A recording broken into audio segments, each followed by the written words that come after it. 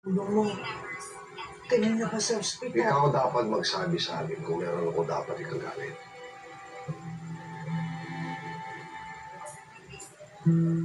Dahil ba to sa nalaman mo tungkol kay Tanggol? Sa ama ni Tanggol. Kay Ramon Montenegro.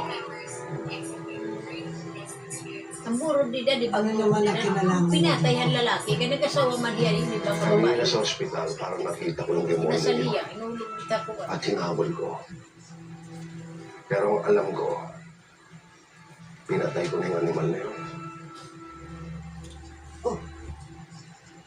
Ikaw na rin naman pala nagsabi na patay na siya. Pwede ba, Rigor? Nakaraan na natin si Ramon. Huwag ka na mag-isip na kung ano, para ibalik pa